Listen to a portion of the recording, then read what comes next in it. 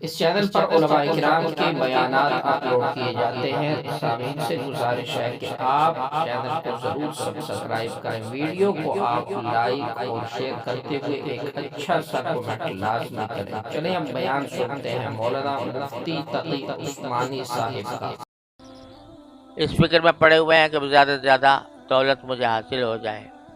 تو میں تمہیں وہ خزانے بتاتا ہوں جو تمہیں اللہ تعالیٰ سے مانگنے چاہیے۔ اصل خزانے وہ ہیں۔ دولت تو آدمی جتنی چاہے جمع کر لے، اگر قناعت نہیں ہے تو کبھی کسی حد پر جا کے رکتا نہیں، اور ملے اور ملے،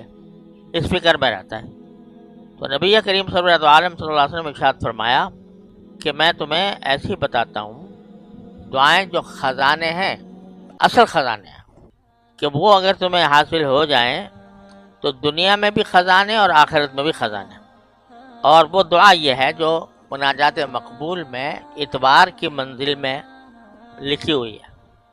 کہ اللہم انی اسألک الثبات فی الامر واسألک عظیمت الرشد واسألک شکر نعمتک وحسن عبادتک واسألک لسانا صادقا وقلبا سلیما وخلقا مستقیما واسألک من خیر ما تعلم واستغفرک مما تعلم انک انت علام الغیوب۔ اس میں متعدد چیزیں آپ نے شمار کرائیں کہ یہ مانگو، اور مانگنے کے ساتھ ساتھ اس کا سبق بھی دیا کہ یہ چیز ایسی ہے کہ جو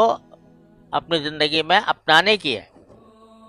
تو پہلی چیز فرمایا کہ اللہم انی اسألک الثبات فی الامر، اے اللہ مجھے استقامت عطا فرمائیے دین میں۔ امر، جیسے پچھلی مرتبہ بھی عرض کیا تھا کہ بکثرت یہ لفظ جو ہے امر کا، یہ دین کے معنی میں آتا ہے قرآن و حدیث میں۔ تو یہ معنی بھی ہے کہ دین پر استقامت ہو، اللہ بچائے میں کسی گمراہی کا شکار نہ ہو جاؤں، کسی بری صحبت کے نتیجے میں کہیں میں بھٹک نہ جاؤں، بہک نہ جاؤں۔ اور دوسرا اگر دیکھا جائے تو امر، چاہے وہ دین کے معنی میں ہو یا امر عام ہر قسم کا کام، اس میں یہ بتا دیا کہ ہر قسم کے کام میں استقامت یعنی پابندی سے اس کام کو کرنا، یہ ایسی چیز ہے جو مانگنی بھی چاہیے اور جس کے حاصل کرنے کی کوشش بھی کرنی چاہیے۔ جیسے عبادات ہیں، نوافل ہیں، ذکر ہے، تسبیح ہے، تو جو کچھ بھی آدمی اپنا معمول بنا لیا آدمی نے، اس پر استقامت اختیار کرے کہ وہ پابندی اس کی ہو جائے، وہ چھوٹے نہیں کسی بھی حالت، ناغہ نہ ہو۔ اور اس کو بھی رسول کریم صلی اللہ علیہ وسلم نے ارشاد فرمایا کہ خیر العمل ما دیم علیہ وان قل، بہترین عمل وہ ہے جس کی پابندی کی جائے چاہے وہ تھوڑا ہی کیوں نہ ہو۔ اسی لیے ہمارے سارے بزرگوں نے جو تعلیم ہمیں دی ہے وہ یہ ہے کہ معمولات چاہے مختصر بناؤ، معمولات سے مراد نفلی معمولات، تسبیح کے، ذکر کے، نوافل کے، چاہے مختصر ہوں، لیکن جب ایک معمول بنا لیا تو اس کی پابندی کرو۔ فرض کرو کہ ایک شخص ہے، وہ کبھی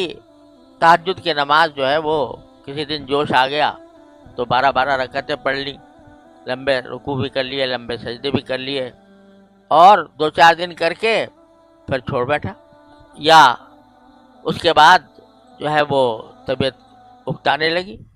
ایک مرتبہ کر کے چھوڑ دیا تو اس کا اتنا فائدہ نہیں۔ تو چاہے کتنا بھی بڑا عمل کر لو، لیکن کسی نے 2 رکعتوں کی نیت بنا لی مثلا، لیکن پڑھتا ہے پابندی سے، کوئی چھوڑتا نہیں، تو رسول کریم صلی اللہ علیہ وسلم فرماتے ہیں کہ خیر العمل ما دیم علیہ وان قل، عمل چاہے تھوڑا ہو